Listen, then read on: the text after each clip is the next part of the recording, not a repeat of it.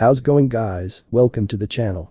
In this video we are gonna see, what if Naruto was adopted by the clan of predators and got trained? Part 2. If you wants to see awesome fanfiction like this, don't forget to subscribe. Now let's get into the video.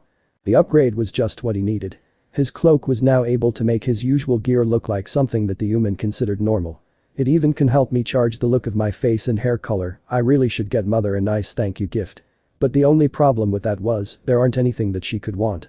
The ship can and does make anything a predator needed. He had decided for a nice dark shade of red for his hair and managed to hide the whisker marks on his face. His clothes were a simple dark pants, black boots, and his shirt was a nice gray shirt. He made his wrist computer look like a bracelet, but in the last minute he decided to simply make it invisible.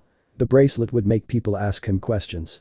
He was walking his way towards the Hokage's office when the secretary asked him who he was and what business he had with the Hokage. He simply told the lady that Hiruzen was an old friend of his family and that he was visiting. I see, well you are in luck. The Hokage is taking a break. Naruto asked if he was still reading those books. This made her look at him in shock. He told her that he was an old friend of his family. So of course he knew that he read uchiha. Excuse me, young man, but who are you? Naruto looked rather pleased. It seems this will work out after all. If this can even deceive even you Hokage. He touched at his wrist and the usual look of his gear in person appeared. So you mastered the transformation jutsu? Naruto simply told him, no. This is using my clan's equipment. I was not even aware there was such a jutsu. Hiruzen walked to his bookshelf and took a scroll, then he tossed it at him. He of course caught it, well death, that is a scroll with the basic ninja jutsu and chakra control exercises. You might find it an entertaining read. Naruto thanked him and asked him why he was giving something like that to him. Well, death, sadly it is becoming clear to me that no matter what I do or how I ask you will simply not want to live in the village. So I figured that if you knew some useful things and learned that they are things you could learn here. You might at the very least want to spend some time within the village library. Eventually you might change your mind, but I am not expecting a miracle. Naruto told him quite clearly that he had good reason not to trust the village and the fact that most of the human he met so far were less than honorable. His like of the village was not likely to change. If he helped him, it was because he was trustworthy, as was Kurai. What do you mean? Hiruzen gave him a confused look. I decided to build that house, at first as a test. If you or Kurai were people that were going to betray me, you would try to steal something from my home, or send people to attack me, at the very least place traps in my bedroom. You have done none of those things since I told you. You could have sent people to make me think that my home was not safe and that it would be safer to stay within the village. You could then tell me the Anbu would keep me safe as long as I live in the village. Again you did not. Hiruzen began to see how well he had planned his little test. But last thing was, when you met my mother. I know that to you woman she would appear like a monster and cause you some fear, but not once did you insult her, call her names, or flat out treated her like anything other than my mother, the person who lovingly raised me to be what I am. So with all that I learned that you two at the very least are trustworthy. Hiruzen wanted him to join the village, but he would not use dirty tricks to do it. If he joined he wanted him to join willingly. But he understood that the possibility was there. Kurai might want you to live here as well, so that you can get to know her better. After all she made it quite clear that she wishes to attempt a romantic relationship with you. Naruto looked at the man with a very serious look. She might not want that if she saw how brutal I can be. Hiruzen reminded him that she was a kunoichi, that she has seen many brutal battles and outcomes.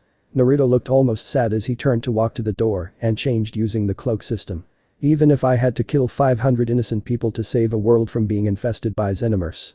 Hiruzen had no way to answer his question and so Naruto left the office. The cruel math of combat, I never expected someone so young to have to face such a thing. To save a world, 500 people would be a small price to pay, but there are some who would condemn him for doing it. I know I would not, I lived through so many wars, I would do the same. But he is worried that Kurai might condemn him. I should talk with her. Hiruzen got up and put on his hat. He walked directly towards her home and she had just finished making a pot of tea. As the Hokage knocked on her door, she opened it expecting Naruto, but instead of who she expected, it was the Hokage. Can I do something for you? Hokage.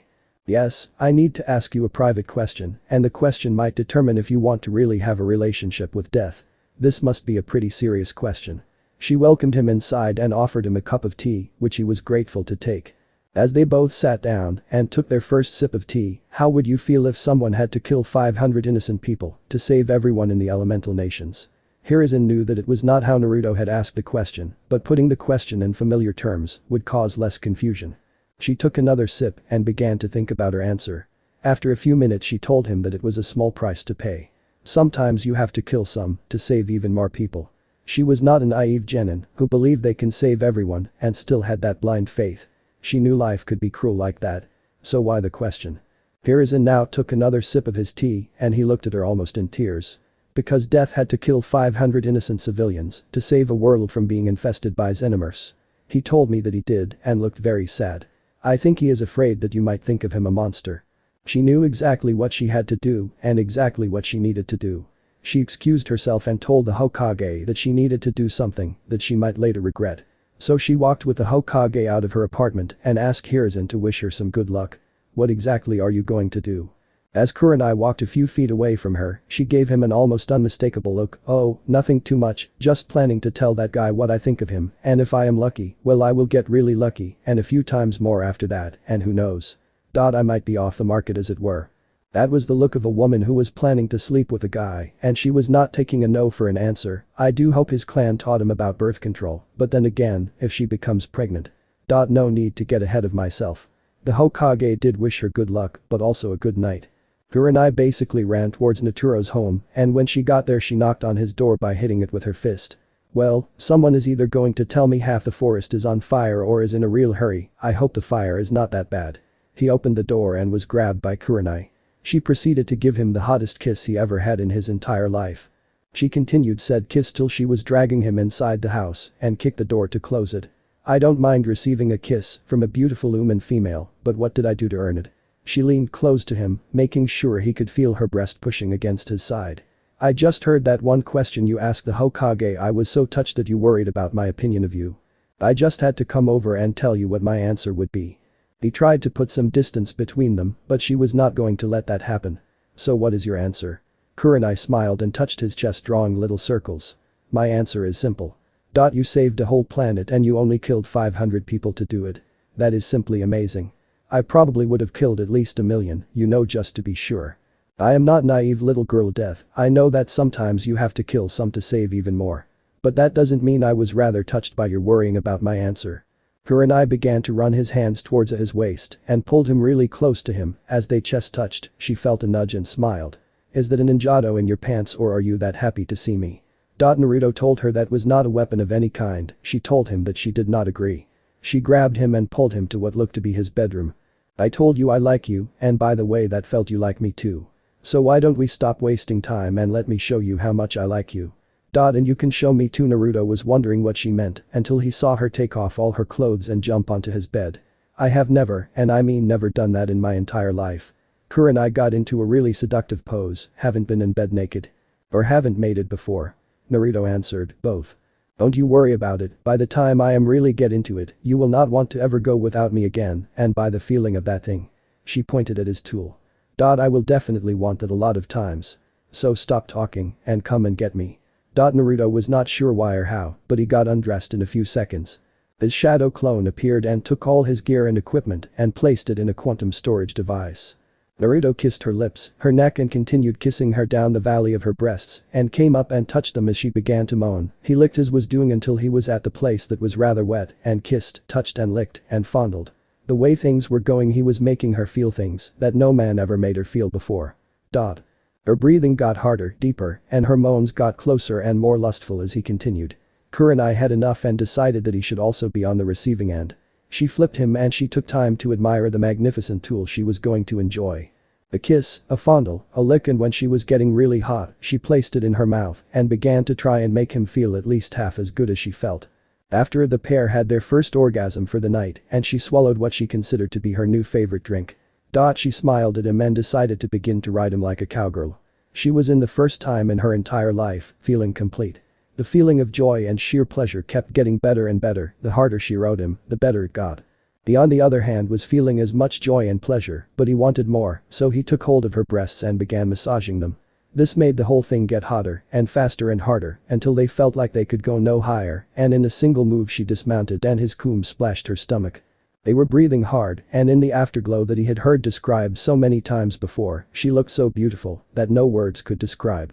He simply kissed her and she returned the kiss. But the kiss suddenly stopped and she whispered that it was time for round 2. All throughout the night they made love, and he enjoyed it more and more as they each found through it what the other liked to feel and how each liked to touched. "Do not kuman me, unless you are going to claim me as yours," that was what she told him as they rested between sessions. In the early morning as he finally took charge of what would be their last time to do it for that day, he just plowed her with complete and total abandonment. He was really into it and he did not care what happened or who would even come knocking. The world, the universe, all creation did not matter. It was only her and him making the most passionate love and wanting it to never stop. But the time finally came to make his decision and he chose to come hard and deep inside her. "I guess this means I am yours." Kurai smiled and as he kissed her, "And I am yours too." So it was that as the sunlight bathed the house, the two fell asleep in each other's arms. When she finally began to awaken, she saw Naruto smiling at her. "So I guess this means, you finally get it. I love you, Death. I want to be with you more. I want to see where this relationship take us, but what do you want?" Naruto smiled and told her he wanted some breakfast, which caused her to hit him on his shoulder. "I want the same, but I will tell you this, even if I do love you and do want to spend time with you, I will not be one of the people of Konoha. That place has never been my home and it will never be. I will help your Hokage because he is honorable and trustworthy, but if one of them becomes dishonorable, I will leave and I hope you and our family come with me." "What do you mean our family?" Kurai was wondering about that. "You and our offspring, of course. You are my mate and I am yours. But remember this, any male who tries to take my mate from me will die. I will not let that happen while I live." For some reason she felt like he was claiming ownership of her, but on the other she felt protected and cared for. "I wouldn't worry about kids just yet, stud. I was in one of my safe days. I will have your kids, but first you must marry me." In the following month, Naruto and Kurai decided to live together. The way they behaved was like a couple of newlyweds. Which of course made many human smile at seeing the once called Ice Queen of Konoha look so happy. But there were some negative consequences as well.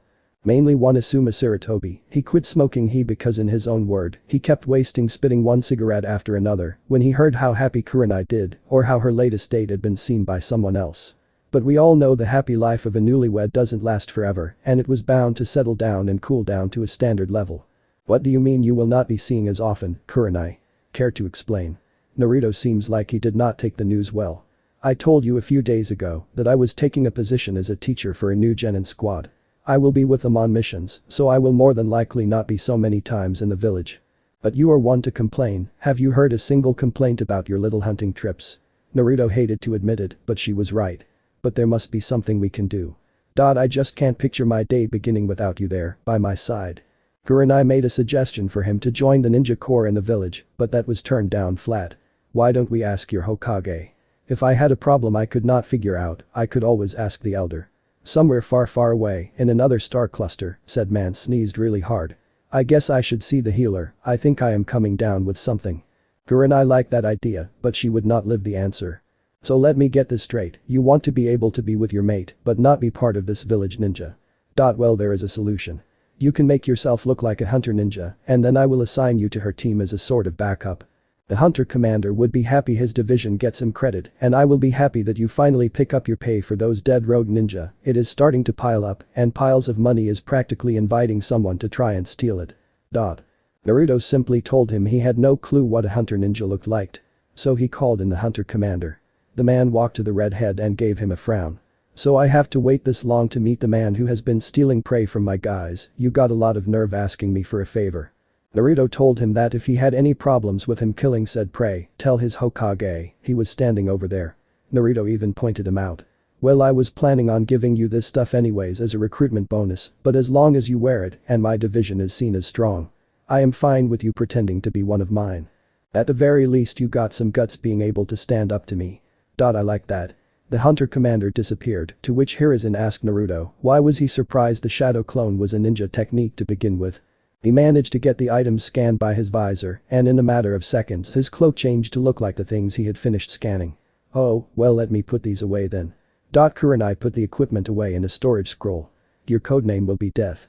But why don't you use your real name? Naruto told him Death was his real name. Hiruzen corrected himself, the name his parent gave him when he was born, because your stupid human might recognize my name and try to attack me.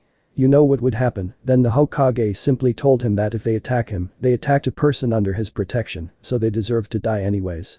When the pair was about to leave he asked a question that made him hit his face with his palm.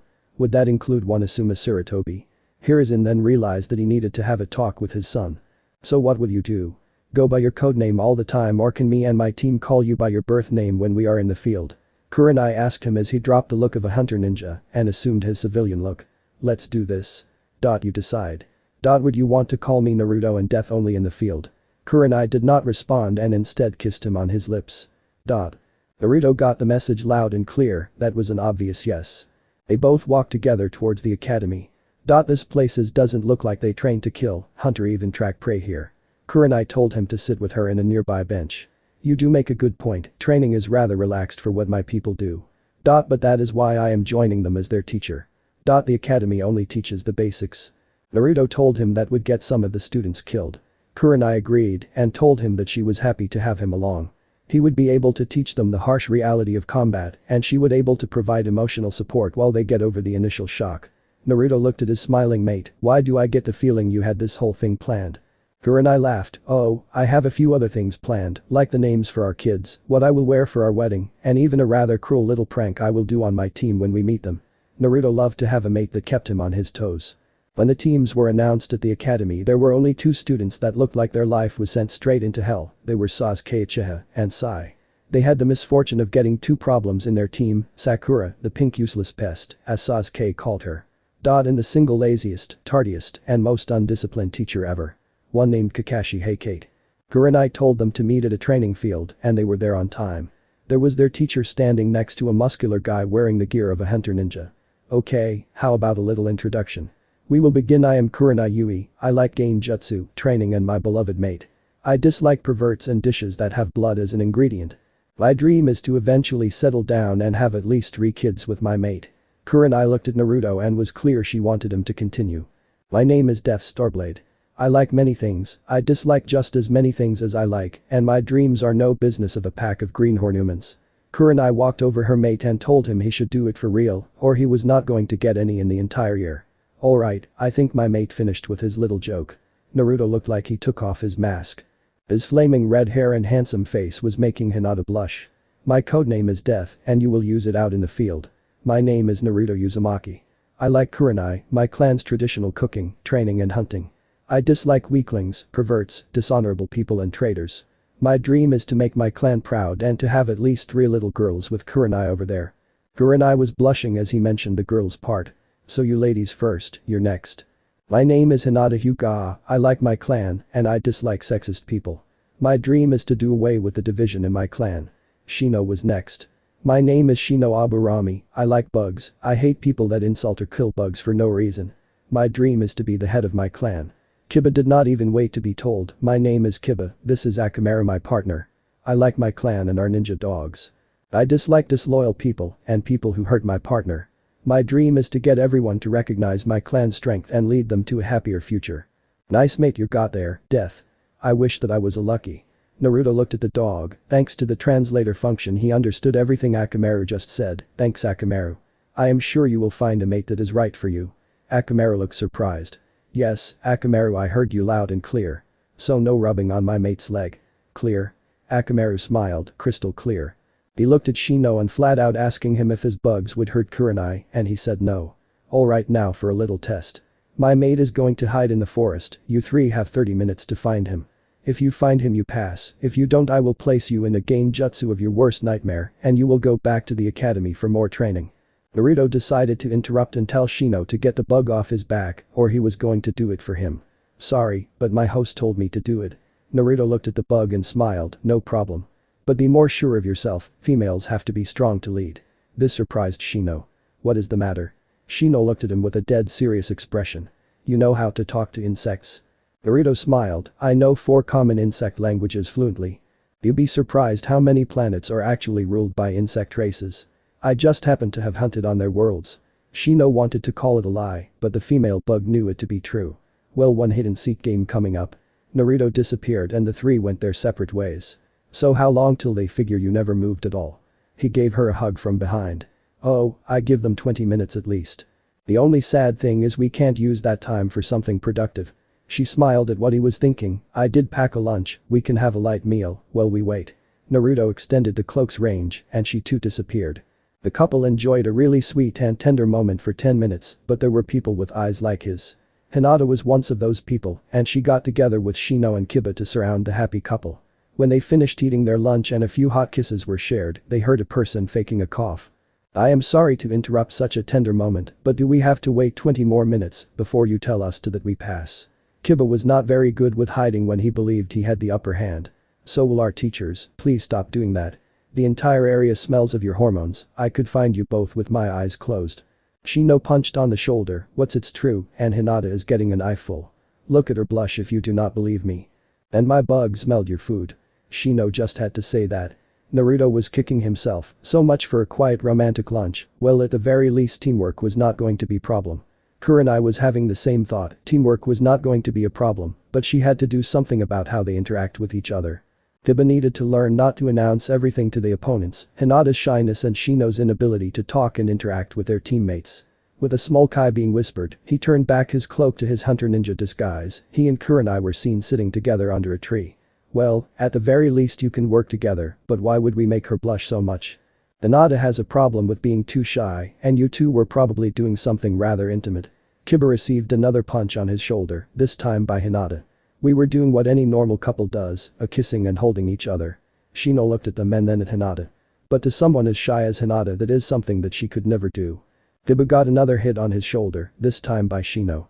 Hey, why is everyone hitting me on my shoulders? The blushing Hinata and Shino both looked at him, because you can't keep your mouth shut about unnecessary things. Well, I guess this team passes. Kurai stood up and was standing rather close to her mate. They do, but they will need to hear a pretty harsh lecture from me. So everyone sit down and listen. Naruto began to tell them the truth of combat and how they sometimes have to kill. He then explained his training regimen for the team and then how each one of them could improve. Kiba complained about him not knowing them well enough to know how they even fought. Naruto explained that he actually saw some of the members of each family fought and how Hinata did not want to hurt someone who looked to be her little sister and lost a sparring match. You need to care about your friends, family and eventually your mates. But all others are people that owe you nothing and do not have to feel anything for you. Taking pity on an enemy is a sure way to get you killed. Shino, these people need to hear what you are thinking, and no, I am not spending 4.5 years teaching them the insect language your bugs use. Kiba, you need to learn a bit the meaning of the word, discretion. Hinata, I will make you a tough, confident and fearless team member, even if I have to send you to the healer at least once a week to do it. Now they all stood up and believed that the team meeting was over and they could go home. Now I want you all to give me 5 laps around this field, 200 push-ups, 200 sitting ups, and repeat that rotation 2 times. The team looked at him like he was kidding. We will be here till you finish, so get moving. A few hours later there were some really tired kids. You want to improve their stamina. But why do so much? Kurai stood really close to Naruto. Well, I wanted to see their current stamina. This is not good. We will need to do something like this more often than I had planned. Kurai told him they had time to do that, he told him the first 30 or so missions will be nothing more than glorified chores. They can get the training they need and while they do those, or so Naruto believed. I will see what I can read in your library about helping them. Kurai was about to tell him only ninja were allowed to read some sections, and she remembered he could make himself invisible using his gear. Try reading about seals. I think the 4th created a seal for training, something called a gravity seal. The gravity seal was indeed a wonderful thing, he himself began to wear one, so did the rest of the team. The D-rank missions were enough to make him actually miss Enemurf hunting. The training after the daily missions was carefully planned and with all the best intentions in the world. But if you ask the genin, it was a vicious, cruel, and intended to cause pain and suffering. To which Naruto answered that it was true, that it was better they felt pain now, instead in the field. Out there the enemy would also cause pain, but always lethal. Kurai was having fun watching him try and get them to be good enough to be successful. I swear, Kurai. I feel like I should thank my mother. The other thing, I swear to the huntress, if that damnable cat runs away one more time, I will find him myself, kill him and make a wallet out of his hide. Kurai laughed at her mate. That is a sentiment that is shared by many genin. But unfortunately the cat proves to be a good training tool for our genin. So as long as he can make genin work out and think, he will live. When I was a genin I had to chase his father, and let's just say the apple did not fall far from the tree. He had to watch the team catch the same cat over 10 times. Their last D rank turned out to be catch Tora and return him to his owner. That he had an idea, if he understood a canine language, he checked his translator and sure enough.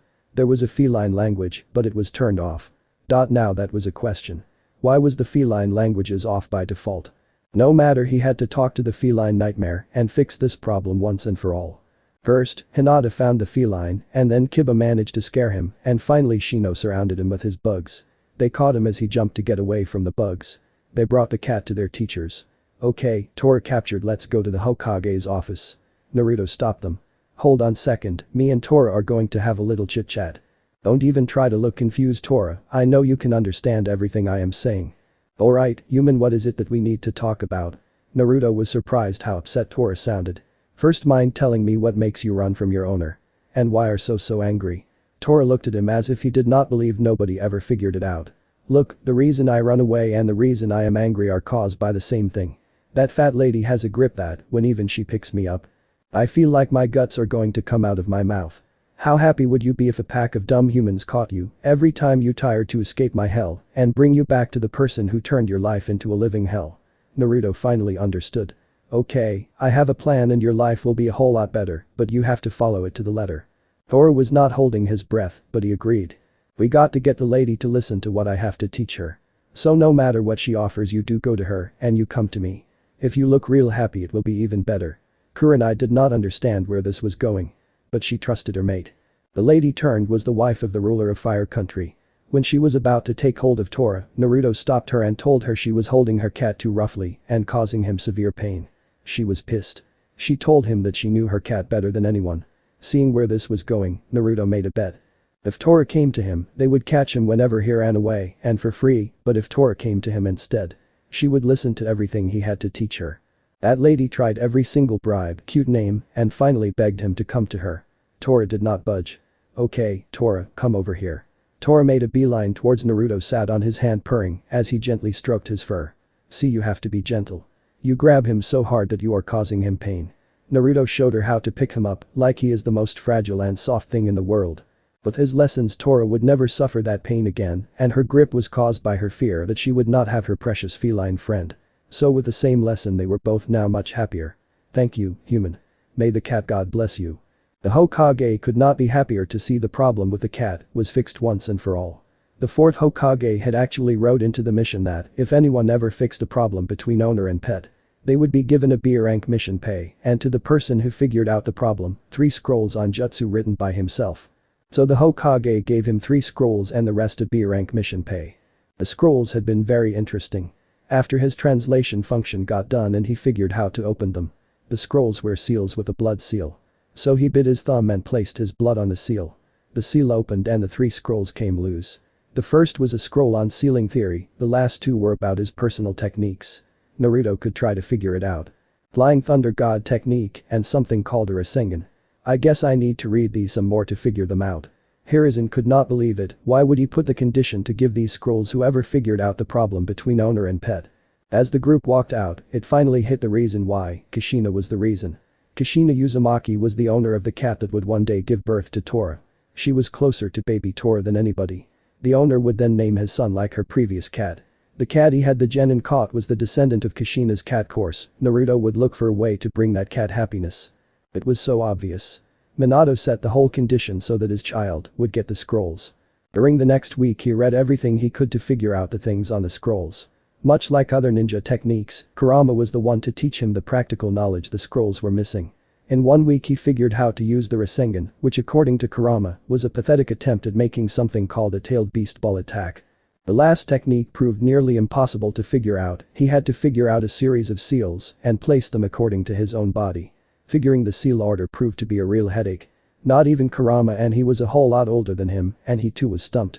Right after Hiruzen had sent Team 7 on a simple escort mission, he had a bad feeling. He was getting the feeling that Tazuna had not been completely honest with him. So he decided to send Team 8 as a backup. The training had definitely done as he had hoped. Naruto looked at the team and smiled. Hinata was now a confident and strong fighter, Shino was now more open with his teammates, and even told a joke or two. Kiba was more serious and reserved, the training had shown him he had to take things seriously, or he would be dead. The gravity seal had been upgraded several times, and only Naruto had the highest level at level 5. Using his own eyes, and with hints and clues given to him by watching Hinata, he finally was able to activate his eyes. Thanks to that he saw that Team 7 were walking into a trap. There were 2 rogue ninja in that puddle. Good time as any to test that last technique. He took one of his own 3-prong kunai and pulled the handle. Then feeding it some chakra he threw it in the middle of the puddle. He finished a series of hand signs and he was gone in a flash. The technique made him appear in a flash and shocked both the rogue ninja at the same time. The kunai had actually landed and pinned the chain that connected the two, and when the technique was used, a lot of lightning chakra came pouring out and the rogues were shocked. Kakashi was not able to get over the shock of seeing the technique of the man who had adopted him was known for. He turned around and saw the genin look almost as shocked as their teacher was. Hey, wake up. Did that frighten you? Grow up, these chumps are next to nothing compared to the thing that must lead them. Sakura fell on her butt, trembling like she had seen a ghost. Sai heard of the technique but to actually see it. He finally understood why Danzo wanted to scroll so much. Sasuke was pissed, how dare he talk down to him. He was an Uchiha elite, no hunter ninja had the right to talk to him like that. Kakashi wanted to touch this person's mask and remove it to see if this was the person he used to call his father. Naruto took hold of his hand. Let's keep your hands off me, shall we? Now why do you not tell us the truth, bridge builder? We have some time before the rest of Team 8 arrive. Tazuna tried to make excuses, to lie, and to outright play dumb. This was making Naruto more and more angry. From his back he took a hold of a weapon, the hilt of a sword. He pulled it out and was a sharp and long katana. Kakashi looked at the sheath and saw what looked like a storage scroll seal. Now, I am sick and tired of your lies. If you do not want to die, tell me the truth or your next lie will be your last. The killer intent leaking from him was making what they faced before seem like a joke. Kakashi tried to tell him that he could not kill him, he was their client. Naruto was quick to remind him that he was not his client. He was sent to ensure their safety as their backup. He had no problem in killing Tazuna if it meant keeping them safe. Tazuna was ready to piss his pants, and so he had no choice but to tell the truth. My country is under the control of an evil man named Gato. To gain our freedom we must finish the bridge I am building, but my country has little to no money left. We don't have the money to pay for the appropriate mission fee. So we decided to lie and get some sort of help, any sort of help. Sakura walked over to the man and told him he did not care to have them all die because of his lie. Naruto looked at her and gave her a cold stare. Do you mean to tell me that you would not do the same? If the situation was reversed. Grow up, they live in a hell and they will do anything to be free of it. Even if the Team 7 decided to leave, he would go ahead and help Tazuna. The creep Gato seemed like as nasty as some of the Xenomorphs he once killed. Killing his Gato creep might be doing the world a favor and I want to do that, what would you do? Kurai and the rest of the team arrived as he asked the question. We will help Tazuna, but let me make myself clear, after the mission is done and your country recovers. You will pay the right fee for the mission. Right. Tazuna got up and told him he swore on his life that their village would get the fee and then some. Not bad for a trial run? Naruto asked Kurai. She kissed him on the lips. No, not bad at all. Come on team, let's go, we still have ways to go and it will get dark soon. Kakashi asked Kurai who the hunter was. His name is Death and he was assigned as a special teacher for my team. His hunting technique and skills are a great help to a tracking team like us. And yes, before you ask, he is my lover, my mate and the love of my life. At night Kakashi could not withstand his curiosity any longer and decided to ask the man a few questions. Naruto had as always the longest watch. His stamina allowed him to do that and it was his way for the team to get a decent sleep. Kurai often joked that, how can someone be so considerate and have no mercy during training? Naruto would only replay that it was all to prevent any of them dying from anything other than old age. Kakashi was never known to be the most kind person in Anbu, and with good reason. He suffered several losses in his life. First his father, the pressure and negative reputation for a single failed mission, pushed the man to take his own life, then Rin the woman he once loved, and lastly his adopted mother and father. These losses tend to mark a man, and they certainly left a few marks in the mind of one Kakashi Heikate. So you are called Death, I can only assume that is your code name. I am Kakashi Heikate, or the copycat ninja. Would you mind if I asked you a few questions?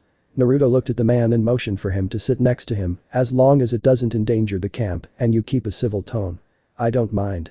Kakashi did not waste time and asked him where he was born. I was born in the worst place on planet Earth. My hometown was such a miserable place, I was very happy to be rescued and adopted by my clan. Kakashi then asked him what made the place so horrible. What do you call a place where an orphan is beaten daily? What do you call a place where cruelty is accepted because of stupidity and misplaced anger? What do you call a place where the death of a child is celebrated as a holiday? Kakashi saw where this was going. Does this place have a name? Naruto looked at the man with a cold glare. The town is called Konoha by some, or the village hidden in the leaves by some others. Till I was 6 I called it hell. You must be mistaken, Konoha has never been cruel to orphans. Naruto laughed, but it was almost a sad laughter. My friend would disagree, tell me something Kakashi, have you ever heard what happened to the demon brat of Konoha? Kakashi looked at him with a glare of his own. He received his rightful punishment for attacking and killing so many of our villagers. Why do you ask? Naruto looked at the man. I knew that boy, he used to eat out of the same garbage bins I did when I was small. If Kakashi was shocked or even angry, he did a marvelous job of hiding it. So you left Konoha when you were 5 or 6, then what? Naruto looked at his surroundings. Found nothing worthwhile, yes, I was 6 when the man I came to care for as my brother rescued me from the hell that was my life. He took me to my clan and a place I called home. My mother adopted me and began teaching me in my clan's ways. You might have heard that I am a hunter. I honor our divine huntress by killing those that are dishonorable and sometimes truly worthy prey. I honor the ones I find worthy by giving them an honor placing on my trophy room. There I can remember them and the valiant struggle we fought. So that is why you are a hunter ninja, to hunt rogues and sometimes fight worthy opponents. I have never heard that line of work describes as you do. I have heard it be called bounty hunting or criminal hunting. But never with the air of honor or respect you seem to have for it. Most people treat people in your profession as killers for hire. Naruto could not help laugh, you would be surprised. I am constantly reminded by the Hokage or my commander to pick up my pay. As long as I have worthy prey, the money not so important to me. I managed to live for 2 years on the streets before I was rescued. You learn to be very self-sufficient when you live through that. And yet you serve Konoha, do you feel no resentment towards the ones that hurt you? Naruto looked at the man and smiled, for a time, when I was young. I did hate the village and the ignorant people. But my clan showed me that doing that only hurts me. So now I help Konoha and the people that once hurt me to show them, even if they are not aware of it, that I am the better man. I hold no grudge towards you, Kakashi. Although I have countless reasons to do so. Kakashi too began to smile, that is very big of you, Naruto. When did you figure that I knew who you were? Naruto saw that the sun was coming up and decided to go for a morning hunt. Breakfast was an important meal. You were the Anbu that was supposed to watch over me. How could I forget the man that stood watching as the villagers beat me so many times? Naruto left the man to think on their conversation. Naruto managed to get a few rather nice rabbits and a few herbs. He made a rabbit stew for the team and one for himself. He went through the usual cleansing and treatment of food ingredients. When the team came out of their tents, there were 2 pots of stew. One had a label on the pot that read, "For death only." I can't believe you are still eating your traditional clan recipes. You are going to catch a disease one day. Naruto kissed his mate and told her that his clan had many preparations and cleansing procedures before they cooked anything. She was more than likely to pick up a little parasite. Kurai caught on what he was saying, she hit him on the shoulder. Not before we have a proper wedding. I told you that. So why 2 pots? And why Death get a pot all to himself? Sakura was making noise already. She told them if anyone deserved that treatment, it was her beloved Sasuke. Naruto looked at Sai and Sasuke with an almost look of pity. Sai nodded in appreciation and Sasuke walked over to the pot. So what is the difference between these 2 pots? Death took a spoon and began serving the team from their pot. The recipes are different. Yours is a traditional Konoha dish, mine is a recipe cooked by my clan. Most people do not have the stomach for it and others simply don't like the ingredients. He finished serving them their food and Sasuke told him his portion in the other pot was smaller. Of course it is, I used most of the rabbits for the pot you and the others are eating from. I am one man, my portion will of course be smaller. He then served his own stew, the vegetables could not be seen, but the rich, dark and heavy scent reached some of their noses. Maybe you should not eat that smelled like it has blood. Sai was apparently more polite than he appeared. I know it does, it is the main flavor ingredient in my clan's recipe. My mother was a much better at cooking than I was, hers you could still see the color of the blood, much more clearly than mine. They watched in horror as he began to eat one spoonful after another. This caused the group to eat their meal a little quicker. Mind if I have a taste? To the surprise of everyone, Kakashi asked to take Death's cooking. Naruto saw no problem with that. He took the spoon and took a mouthful of it. As he tasted it in his mouth and swallowed, he nodded his head. I see the difference. Yours is thicker and spicier and almost less sweet. A kind of a little bitter. Not bad. Naruto told him he could serve himself a portion, there was one in the pot. Again in group's disbelief he did just that. So how do you deal with diseases? Naruto looked at him and told him about the cleansing procedures his clan did. This made the group wondered how he managed to cook so much in so little time, he simply told them 2 words, shadow clones. Kurai asked him what he planned to do with the skins. I was planning on keeping them and if I manage to kill another rabbit, make a pursue for the love of my life. I want her to feel truly appreciated. This made Kurai blush and Sakura with an almost wishful look on her face. As they walked they saw something that was out of place. His visor told him there were two people in a few yards ahead and both standing on trees a few feet away from each other. I would duck if I were you, Kakashi. He knew what he meant and he did duck just as a big sword came flying over him and impaled itself on a tree. Darn, thanks for ruining my big entrance. Zabuza gave him a rather angry glare. You welcome and thanks for the rabbit. Naruto was holding the rabbit. I actually would like if you did not hurt that rabbit, it's a family pet. Naruto stroked the rabbit's back. Sure thing, just tell your daughter to get down from there and I will give this cute little rabbit to her. Zabuza used a substitution and the rabbit was off his hands. No need, but on my daughter's behalf, I thank you. So since you are such a polite person, why don't you let me kill that drunken bridge-loving loser and I will let you all go home. Naruto saw the glare he was giving him, the killer intent made the genin cringe and he knew what was going to happen. No, thanks. I think the loser's relatives want him back. Why, that is a question I keep asking myself, but we really have to deliver him. But you can go ahead and leave if you really want to. Kakashi had managed to really make Zabuza mad. Naruto saw him try and make a few hand signs, and the word was try. As soon as he tried he threw a kunai at him, interrupting him. How about a friendly and fun sparring match? Zabuza could not believe what he just heard. Why would I do that? Naruto told him that it was more than likely how things were going to turn out. He was going to try and use Kakashi as a hostage, the teams would release him, and he would spend the next few weeks recovering from an injury or poison or both. What terms? Zabuza not wanting to lose any time. Loser leaves the other alone for today. Zabuza did something he almost never did, he laughed. You do realize that if you lose I will end up killing the bridge builder, right? Naruto smiled behind his mask. If that happens it was his fate to die. He did not wait and launched the first attack. Haku was not one to stand by and watch. She tried to sneak behind them and kill the bridge builder. Kurai stopped her and simply told her she was missing a good fight. Haku told her that it was impossible for Zabuza to lose. Then why is he on the defensive? Kakashi interrupted the conversation. Haku looked and it was true, her father was on the defensive. With a sword slash he managed to make him dodge badly and he kicked the hilt of his sword, it went flying up and as he jumped he caught it. Looks like I win, thanks for the fun, Zabuza. Zabuza looked at him with as much killer intent as he could muster and Naruto did not even seem to react at all. It's only fair to tell you I am going to try this again. My pride as a swordsman tell me I must defeat you. So who are you?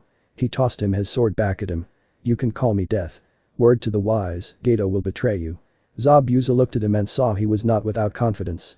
Get some proof of that and I might decide to help you with this little boring chore of yours. Both Zabuza and Haku left. You do realize you just made yourself the target. By none other than Zabuza Mamachi, the demon of the mist. Kakashi wanting to be sure that he knew what he had done. As long as he is busy with me, you can train your students and my students will watch Tazuna. See, no big problem. Naruto threw him a scroll, you might want them to start using what is on that scroll. Kakashi opened it and was surprised by his father's seal, the gravity seal. Thanks for the help, Death. The group managed to get a nice boat to take them across the river and that is when the bridge came into view. The ninja were amazed by the sheer size of it, but not Naruto. He kept looking at it and saw things in a different light. He constantly was thinking on where he would plan an ambush or where the security would be weakest. When Tazuna asked him what his opinion on the bridge was, that is when the group was confused. Well, it's a nice enough of a bridge, but I do hope you have the pulley and tram system in your plans. Tazuna smiled, sure do. The pulley system will be in 5 different segments of it and the tram is going to run on the right side of the bridge. Kakashi asked him what were they talking about. The pulley system is way to load heavy cargo and unload cargo to ships. The tram system is a series of platforms to move heavy cargo quickly to the storage facility. Tazuna was happy to explain this. You see, most of our market used to be big fishing ships. The best way to make sure not to lose money is to get the fish containers of the ship and into cold storage fast. Naruto was quite impressed that they had figured that out. Maybe they will develop a rudimentary train eventually. So mind telling us about Gato? Where he lives, how many men he has, and such things. Kurai wanted to hear more about the enemy. Well, he lives in the biggest house in my hometown. I have no clue on the men, but the rumor says about 500 or more. Now would you mind telling me what you plan to do after we get to my home? Naruto took the initiative and told him the others would train and make ready for anything. He would handle something he needed to do, but asides from that he would guard him and if he could, he would even help him on the bridge. Kakashi just had to tell them that Zabuza was going to be eager to fight again since he left without many injuries. As the group made it to Tazuna's house, the sun was setting, so as a thank you, how about I invite you to a home-cooked meal before you go to sleep for the day? The group was happy to accept. Tazuna welcomed them to his home. It was a rather comfortable home, a lot of rooms, a nice dinner and kitchen. The bath had a very nice tub that was heated by burning logs on the outside. This young lady is Tsunami, my daughter, for some reason I don't see her son. Tsunami, where is Inari? Tsunami greeted them, and then he told her father that he had heard rumors that Gato was sending someone to kill him, so he spent the entire time sad, believing that his grandfather had been killed, just like her husband. Naruto could not stay quiet and asked her if she needed some help in the kitchen. Tsunami of course welcomed any help, and this made Kurai feel a bit jealous. Sakura began to tell them how amazing Sasuke usually was. That he would be a whole lot better than death, especially at something like cooking. Kakashi just stared at her. Kurai reminded her that said person had cooked them a very nice rabbit stew. The very rabbit stew that had her licking her plate and asking for seconds. This made Sai laugh and Sakura to be quiet. When the others were talking about how long it would take to finish the bridge, Kurai kept looking at the kitchen. Naruto was cutting the vegetables and slicing the meat. Tsunami handled the rest of the cooking. She wished that she and Naruto could do that back in their home. But thanks to the training of the genin and Naruto's hunting, she was tired at the end of the day and he handled all cooking in their home. His mother had done a wonderful job of making sure her son knew everything that he would need to survive. Naruto made a shadow clone while he did the prep work and that clone had finished setting the table. When the food finished cooking, he helped her carry it to the table. "Thank you for all your help." Naruto told her no problem. She then did something that they had not expected. She told him his mate was luckier than most. To have someone that helpful would make her marriage a lot easier. Kurai could not believe it. She demanded to know what her mate had told her. Nothing much, just that he had the smartest, most beautiful, kind, caring mate that he could ever dream. "He just told me how well you two get along." This made Kurai calm down and go into a deep blush. "Tazuna, mind telling me why your house has so many rooms?" Sakura asked her, because this was the office building for my business before Gato basically destroyed it. He also pretty much destroyed my family's home. Naruto realized that this situation was not something new, it was a long time since they suffered under this crook. So bridge builder is just a side of your business. Makes sense. Naruto looked at the man and for some reason he had a little more respect for the man. "That's right. I was a contractor, I built everything from homes to business buildings. My last masterpiece was the fishing docks. Until Gato took them over." During the meal they all introduced themselves. She was surprised by the name of the one that helped her. "Why are you named Death?" Tsunami could not stop wondering. "Because my clan always accuses me of being a little excessive. The elder even said, you shall bear the name Death for you do not leave enemies live long." Honestly, the way he sounded, he made me sound like a one-man genocidal fiend. This made everyone laugh. "Maybe if you took it easier on your prey, you would not get such a harsh name." Kurai told him as they began laughing. "Well, I can't do that, it would be disrespectful for me not to try my best." Kakashi began to wonder how tough was Zabuza if Naruto was doing his best. He was also kicking himself for not training his team like Kurai and Naruto had done. There was a feeling of true teamwork in their team, they helped each other and expecting nothing in return. Unlike Sasuke, who expected to be praised for simply breathing, Sai would never volunteer to anything and Sakura was too focused on Sasuke to care about the rest of the team. He had planned to teach them the tree walking exercise as soon as he got them to simply act like a team, but now he had no choice. He had to teach it to them or they would end up dead. "Well, you guys go off to sleep, I will take care of the dishes." Naruto and two clones picked up all the dishes. "Wait, I can do that, you're a guest in my father's home." Naruto would not hear of it. He simply went to the task of washing the dishes while one clone dried them and the other placed them in their rightful place. "Take it as a thank you, once my mate ready to do something, there is nothing that can stop him." The two women would share a room and so Tsunami had someone to chat with. Kakashi slept in the same room as Sakura to make sure to keep her from trying to sleep with Sasuke. Sai and Sasuke shared the same room, much to the dismay of Sai. Sasuke snored like a grizzly with a bad cold. Naruto was then forced to sleep in the same room as Tazuna, something about keeping an eye on him. He understood the reason, someone could try to kill him at night. But he put one condition. That was no drinking while he was sharing the same room. "When you lose the love of your life, see if you don't drink too." Tazuna told him as they walked towards the room they would share. "Excuses, excuses. If someone killed my mate, I would be too busy killing every single member of their family to even have time to drink."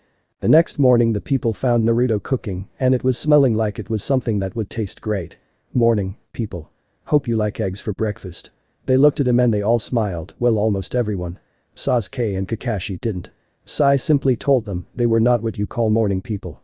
Just as everyone was enjoying the nice breakfast, Naruto heard the sound of a door slamming and someone running downstairs. The small kid had the unmistakable signs of tears on his face. He was short of breath from his little run. He did not even greet the people on the table, he opened with what he one day regret ever saying. You people are morons. You won't defeat Gato. He is invincible. You come into our home, pretend that you are all tough, but you will lose, you don't know anything about real pain and suffering. Tsunami tried to excuse what her son had said. Until the entire room felt like it was winter. Naruto's anger eclipsed anything the ninja had ever felt. It was a killer intent so high that it lowered the temperature of the room, and to this degree. Naruto got up from his seat, not touching his plate. He then looked at him with his clear eyes, veins could be seen around his face. It almost made him look like a Hokage that had activated his eyes to the highest possible level. And you know of pain and suffering. Then answer me these questions. He walked near him, which made him tremble. Have you been beaten daily? Have you been stabbed on 6 of your first birthdays? Have you slept in a dirty alley for over 2 years? Have you either been starved or had to eat out of the garbage can? Have you been told in a hospital that they don't treat things like you when you were really sick? Well, have you? He answered with no to every single question. Naruto walked to the door leading outside, but Naruto, no child is ever or should ever be treated like that. Tsunami trying to make her son feel better. As he opened the door. He looked at Kakashi, that is how my village treated me till I was rescued by my clan. Naruto left the house and decided to go and train to blow off some steam. Inari hearing that called him a big fat liar and ran away crying. Kakashi looked at Tazuna and Tsunami. What he told you is the sugar-coated version. He is too kind to tell you how he was truly treated, believe me. I saw it all. Tazuna could not believe that there was any place that would treat a child like that. The people of your village are sick in the head to treat an innocent child like that. Kurai decided to participate, which is why he doesn't live in the village. We live in a house a few miles away from it in fact. His name is Death because his clan named him thus, but he was born Naruto Uzumaki. I was assigned to be his guard when I was in Anbu. I was so stupid, I blamed him for the death of my adoptive family, not knowing he was supposed to be my brother. I watched him suffer everything he mentioned and more and did nothing to stop it. I was so blind by my need for revenge that I did not know I was hurting my brother. I only found out that he was my brother when he used one of our father's techniques. But to this day, the village thinks of him dead and they actually have a holiday for the day he supposedly died. Now I am so ashamed of myself that I don't even know how to apologize to my brother. Kakashi was almost in tears as he finished, but why treat him like that at all? Tazuna could not understand. He is a Jinchuriki. He contains the most powerful of the tailed beasts and the one who killed so many of our people, including his own parents. Jinchuriki are not always treated as people, they are most times feared, hated or because of envy treated rather horribly. Kurai answered Tazuna, but she knew that was not even close to describe the pain her mate had endured. Now if you will excuse me, I need to be with my mate. Kurai walked out of the house and went to look for Naruto. Hiba, Shino and Hinata realized something. This is why he is training us like he is. He doesn't want us to suffer, even a fraction of what he has endured. Sakura could not care less, she needed to tell her mother that the supposed demon brat was still alive. Sasuke began to see that his life was heaven by comparison and Sai understood him better than anyone present. Now before I go, I should tell you that revealing anything of this is punishable by death. It is a S-rank secret after all. Tazuna and Tsunami swore to take the secret to their graves and so did all the genin present except Sakura. She demanded that he should die, that the demon brat should die. Sasuke slapped her across the face so hard that people could see his palm on her face. If you ever say that again, I swear I will kill you myself. Naruto was beating a tree into timber. Kurai saw that and walked towards him. He was making some rather weird noises from her perspective, so she had to see if he was alright. Death, no one blames you for what you said. But you have to understand, not everyone is as strong as you. He probably believes that he was saving our lives by warning us. Naruto looked at Kurai. That does not excuse the manner in which I behaved. Kurai, that human child is weak because he spent too much time feeling sorry for himself. If he did something productive, work out at the very least, he would be much stronger. Kurai walked over to her mate and hugged him. You will never consider that maybe he did not have the same guidance you did? Naruto looked almost like he was in deep thought. Kurai, my mother was the only one who taught me anything. He has a mother, if Void saw me act like that, well let's just say, I would have been healing a few broken bones from her beating. My clan does not stand for weakness or pathetic excuses. You do something wrong, you admit it and face the consequences. Kurai wondered why he loved his clan so much, they seem like a rather harsh and cruel bunch, so she asked him. Life on the homeworld is never easy or safe. Children who are weak die young. You might think my mother cruel, but she simply does not want her child to die. You have never been to a funeral of a child and seen how his mother suffered. They often end up committing suicide because they cannot live with the shame of failing their child. My clan is not cruel, Kurai. Life can be cruel enough, there is no need for them to be cruel. Kurai could now understand what he was talking about, so you did that because you tried to save the boy. Naruto looked at the house. Yes, if he goes on like he is, he will lose something that he will always miss. He needs to wake up and be strong, or these thugs that Gato has might end up killing his family. Kurai saw the teaching of his mother. But what was those weird noises you were making? Naruto smiled at her. Traditional clan prayers for the safety of others. We are hunter, Kurai, but that does not mean we lack in faith. This made her feel a little better and asked him to sit with her so she could tell him a little more about his clan's religion and more importantly their wedding practices. Naruto was happy to share with her the faith of the divine huntress and the rules of said faith, but not as happy to tell her that there really was no formal marriage ceremony in his clan. As long as the male and female agreed to consider each other's mates, they were mates, and that was it. Their culture was very practical like that. Kurai wanted to complain about not being romantic and he just told her they show romance with a lifelong dedication to each other and so there was no need for a wedding, for each time they managed to spend together was a new honeymoon. This confused her and he told her that they spend most of their time hunting and that meant being apart for long periods of time. So who was the mate of his mother? That was an obvious question. He looked sad as if the loss of someone close. My father was the son of the elder and father to both me and Wolf. By what we've been told, he crash-landed on a space station. When he awoke he was in his xenomorph chamber. When the face hugger was done with him, he did the only thing he could. He killed the queen and activated his self-destruct charge. He blew the entire station to pieces to ensure that the xenomorph inside himself would harm no one. Kurai asked if the thing could be removed. Naruto told her that his ship was too badly damaged to provide the care he needed. Kurai understood why he called Wolf his brother. But that made her question who was the mother of Wolf. I mean Void was unable to have children, as far as she told him. Void was my father's second wife, as his first died on a hunt. Right here on the sacred hunting grounds no less. If she died here and there was an explosion afterward, where would she have died? Naruto told him in a desert nearby. The desert where Sunagakur is. Then the reason the desert grew in the past was that his father's first wife died there. The other question was why did he remarry? Naruto's answer was that his mother didn't give him much of a choice. Join me as my mate or die. I think I told you my mother is very strong. Dad was happy when I joined the family and even more so when I became a full-fledged hunter in the clan. Naruto was really liking how she was hold him until she reminded him that they were on a mission and that kind of fun had to wait for home. He hated to admit it, but she was right, so he kissed her and told her to have dinner with the others. He was going to go hunting. Invisible, he tracked the short fat man from the description. Gato had no clue as he opened his safe and Naruto recorded the combination. As soon as night was at its darkest, he first pulled one of the guards by the throat up towards him on the ceiling. The rope was one that with enough weight gravity would kill the person by cutting his head off. His partner came to find his friend dead and was held by an electric wire net. Naruto finished him off by punching him in the back and reaping his head off by pulling on his spine. The others had no clue what was going on, they all became crying, sobbing, panic-stricken cowards. The fight lasted less than 20 minutes and after finishing with the enemy, he walked into the office, he opened the safe, took all the money and Gato's personal journal and ledger. He wished he could see the look on Gato's face. The next morning Gato wished two things, first that he had hired more men and second that he had not eaten any breakfast. He walked into the office and saw what was left of his men, gutted, skinned, some with their heads stuck in pikes, some others left stuck like pigs, ready to be roasted. Guts, blood, and horrors that even he had never imagined. But the final thing that made him look worried was that after he finished throwing up, he went to check on his safe and it was empty and there was a message written in blood and his second in command, more specifically his head was stuck on a pike next to the message and the message read, "You are next." He knew that he was going to have to sell most of his assets, but he would get even to the bastard that did this. He had to kill the bridge builder, no matter the cost, or he was going to be ruined. He called for Zabuza and his daughter to explain how something like that could happen. Zabuza walked in and he smiled at the sight. Well, whoever did this has some serious skills. I am actually impressed. Gato was about ready to lose it. I did not call you here to tell me that, I called you to tell me how did something like this happen. Zabuza looked at the frightened fat man and he could practically smell the fear coming off from him. I guess someone who really hates you and wants you to suffer.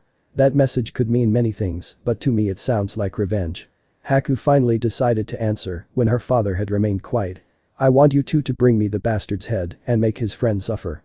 Zabuza told him that they were hired to kill the bridge builder, this would be extra, and so he needed more payment, bring him to me alive, and kill him before me, and I will pay you anything you want. Zabuza left and Haku stared at the fat man before she too followed her father. I can think of someone who would do something like that. Hey, I haven't had a nice spar today. Say, why don't we visit the hunter from Konoha? Haku smiled at her father and he looked at her with a glare. You don't want to admit, father, but looks like you made a friend. Zabuza said nothing and headed towards the bridge. There he was, Naruto, watching the bridge builder complain how some of the workers were out sick. He then made a few dozen shadow clones and they did the work of the missing construction crew. He even told them of a mixture he once learned to use called liquid steel. This stuff was a blessing, they would finish the construction ahead of schedule. So, you still up for another spar? Zabuza asked with a smile. Sure am, but let me give your daughter something nice to read, don't want her getting bored now, do we? Naruto walked over and handed her the ledger and the journal. Haku thanked him for being considerate, think nothing of it, what are friends for? Haku was quite happy to read the books and Zabuza was even happier to fight Naruto. Hey, brat, why don't you tell me what I should call you? I mean, if we are friends you can at least let me call you something. Naruto told him to call him Death. So you are the guy who wiped out Gato's men. I liked your style. If your plan was to make him angry or scare him, I would say it worked. Naruto smiled, taking out his sword. Nothing that elaborate, I simply couldn't bother with taking such worthless trophies.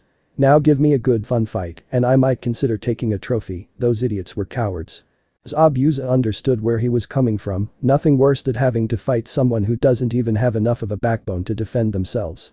The fight was seen by some of the construction workers and Tazuna, they were impressed. It was a clean, no-holds-barred fight. They both were really having a lot of fun. Zabuza got a few cuts on his shoulders and Naruto one across his nose and one across his chest. Funny thing was he was not bleeding at all. Just as the fight was about to end, Haku decided to interrupt the fun and told her father and his friend to take a seat. Did you read these journals? Naruto told her he did not know how to read the human language, she then asked what he meant and he clarified himself, he was a foreigner and did not know her language. Well, you should learn to read it. I could lend you some really fun books. Zabuza looked at her to get to the point. The journal says that he plans to kill us and take our heads for our bounty. The ledger says that after hiring those new thugs, he will be financially broke. If he doesn't kill the bridge builder, debt collectors will tear him apart. Naruto also told them that he took all the money and was planning to give it to the people that had loved ones killed by Gato or his men. I got to say, that is honorable. Others would keep it for themselves, I have no reliable income, so I would keep it out of sheer need. I happen to know the Hokage, if you help me with this mission. I will get him to give you both a place in Konoha. I know that it's not what you would expect, but I like to hear what you think. Zabuza and Haku could barely contain their smiles. We love to be able to work under the third Hokage. Too bad Lady Tsunade is not there, I would love to learn more about healing arts from her. Naruto smiled and told them the plan and it was going to be a lot of fun for him and Zabuza. I think she will eventually come around, you can't never count out the possibility that the village sends for her. By the night he walked towards Tazuna's house, all the while chatting with Tazuna about ideas about building materials and methods. Tazuna was happy to be able to talk shop with someone who clearly knew a lot more than he looked. He nearly choked when he told him of the various ways to make steel more flexible and durable. He even gave him an idea on how to use the water current to power the cargo lifts, making them able to lift a whole lot more cargo. He had pushed their possible income projections like he had never believed before. Tazuna decided to form an alliance with Konoha and pay an S-rank mission fee. It was the very least he could do. At the house, Inari was waiting for his grandfather and then he saw Naruto. He ran and hugged his grandfather, but he bowed to Naruto and apologized for what he said. Naruto looked at him and asked him why he was doing it. My mother took me to the market and I saw several people who live worse than I do. I realized that I was just a spoiled brat. I have no right to judge if you have suffered, since others suffer worse than I do. Naruto touched the boy's shoulder and he looked at him. Look, do several things and I will forgive you. 1. No more feeling sorry for yourself, help your mother and your grandfather in anything you can do. 2. Become strong and protect your loved ones. 3. Always be grateful for the things your family does for you. If you do that I will forgive everything you said, deal? Inari did not wait a second to grab his hand and shake it, deal? Now we have to rest, cause we have a bridge to finish, don't we Tazuna? Tazuna laughed as he slapped Naruto's back. You bet, we do.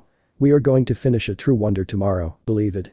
He walked in the house and was told that he could sleep on the room with Sasuke and Sai, he actually preferred the sofa in his office. As he got ready to sleep, maybe I should learn to read and write the human's language. Can depend on my translator forever, can I? He would have to ask Kurai to write some things he planned to leave for Tazuna. Having visited other worlds, he knew a lot more of construction methods than your average human, after all. The very next day, the bridge just had a few hundred feet be complete. The crew was happier than ever, and Tazuna was just happy to be alive. Hinata, Shino and Kiba were doing the water walking exercise while wearing gravity seals. Sasuke, Sai and Sakura were still doing the tree walking exercise.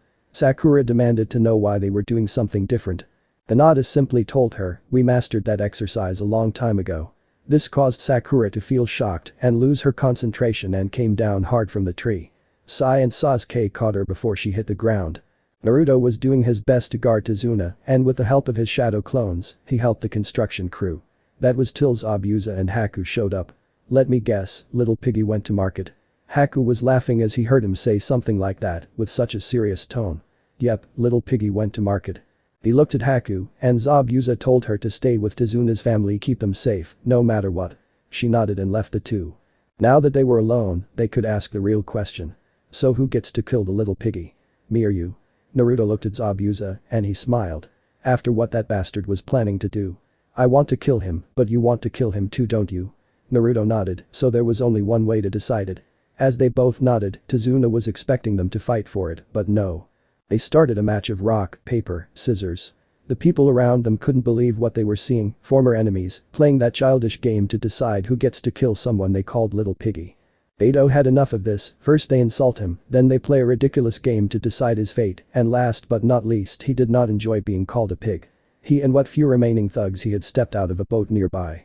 "Zabuza, I didn't hire you to either insult me or to play with him. Kill the bridge builder already." Naruto looked at the man with a look of hate and Zabuza looked at him with an almost happy smile. Looks like little piggy finally decided to go home. Gato decided to turn the insult on both of them. "What does that make you? The big bad wolves?" Naruto took out what looked like a big shuriken and threw it at his thugs. "That's right, and we will huff and puff and," he looked at Zabuza, "blow you all away." He threw the weapon, which in reality was a disc launched at the group. The disc cut the thugs to pieces before returning to Naruto. "Since you interrupted the game, we couldn't decide." "Well, Zabuza, after you." Zabuza smiled. "Oh, no, death after you." This made Gato look like he ate something really bitter. "How long are you two jokers going to make fun of me?" Zabuza decided to answer his question, "Just long enough for you to never notice who is behind you." Gato could not understand what his hired ninja meant, behind, so he looked. A shadow clone gutted him with two sharp blades on his wrist, and while he stumbled he was punched in the back and his spine was pulled hard enough to pull it free from his body, and his head too. Tazuna could not believe what he had seen. "Don't you think that was a little too brutal?" Zabuza and Naruto looked at each other. "Nah, he just got what he deserved." Kakashi had decided to go and see how Naruto was doing. The scene was something that would give him nightmares. 40 dead thugs and a lump that used to be Gato, and where was Naruto? He was playing a game of go fish with Zabuza and Tazuna. "Got any threes?" Naruto told Zabuza to go fish. He asked Tazuna if he had any fours. He gave him the card and he slammed his hand on the floor of the bridge. "Got it, I win." Tazuna looked at him and smiled. "Darn it, Naruto let some of us win sometimes. That was your fourth win already." Zabuza was not someone who liked to lose, it seems. "Mind telling me what happened here?" Kakashi asked as he walked to the group. "Nothing much, we killed Gato and his thugs." Naruto then threw a bag at him, which he caught it and made the mistake of opening it. It was the skull of Gato, complete with spine, eyes and tongue still in place. "What the hell is this?" Zabuza smiled at him. "That is your souvenir. I sure as hell don't want it, and death here has no use for it. So how about we go meet the kids and tell them the field trip is over? Their parents must be worried sick." Kakashi could not believe what he was telling him. "Since when do you know any about parenting?" Naruto looked at him and looked at him with an ice-cold glare, "Since he is one. Let's go, you want to see how Haku is doing, right?" Zabuza nodded. "Right." They both left followed by Kakashi. As they reached home, they saw something pretty funny. In front of the house were two big blocks of ice, with 4 thugs frozen inside. "Well, I guess I was right, he planned to sell Tsunami and kill Inari." Haku went to her father and hugged him. "He sure did, me and Kurai took care of them after Inari stood up to the thugs. The kids got some guts telling off the thugs like that after he dumped a bucket of water on them. I did as I promised, I helped my family and protected my loved ones." Naruto decided to play a little with Inari. "Who are you?" Inari told him he was the son of Tsunami and grandson of Tazuna. "No, that can't be right, the Inari I knew was a spoiled weak crybaby." Kurai was not liking where this was headed. "But now I meet a young man, willing to protect all he loves and aid them as well." So I am asking you, who are you? Inari got the message. I am the defender of my home and loved ones, you may call me Inari. Naruto took hold of his hand and they shook hands. It is very nice to meet you, Inari. I am called Death. Keep getting strong, no matter how many times you fall. Keep helping and protecting your home and loved one. For they are your most precious treasure. Inari hugged Naruto as he was getting ready to leave the town. He rubbed his back and said with a smile on his face, or what little they could see behind his mask. Till we meet again, my friends. Good weather, kind harvest, and may the huntress always see to your safety. As Naruto left, Kurai asked him if that was also a prayer of his clan. He smiled, I told you, my people may be hunters, but we are a very spiritual people. Hinata asked him to teach her more about his clan, and then he decided to make it an even trade. He would teach her some of their hand-to-hand techniques, and she would teach him how to use his eyes more efficiently. They agreed, and little did they know that they would be the best of friends. Kurai, I have a favor to ask of you. Kurai took hold of his arm and pulled him closer. As he was near, she kissed him on his lips. I have a favor to ask too. Naruto smiled and told her to name it. Let me teach you our language and customs. I want you to feel more of a part of this world. Naruto began to laugh, she was not sure the reason. Funny, that is the favor I was going to ask you. The trip was relatively safe, there was a few bandits that should have known better. Zabuza Mamachi was with them, for crying out loud. He and Naruto would spar at every camp they rested at. Haku got a chance to show off her cooking skills, and Sasuke was looking at her with a little interest, so was Kiba for that matter. Sakura was not having a pleasant time. She was still debating whether or not to tell her mother that the demon brat was alive. If she did, she could kiss, making Sasuke hers goodbye. If she did not, Sasuke would see her a loyal person. But by the way he was looking at the ice user, it might not be a difficult decision after all. The group was led to the Hokage's office, where they explained where everything did not go as planned, and the Hokage was proven correct about his suspicions. So you want to join our village, first tell me why, and last tell me why you are chased by your village.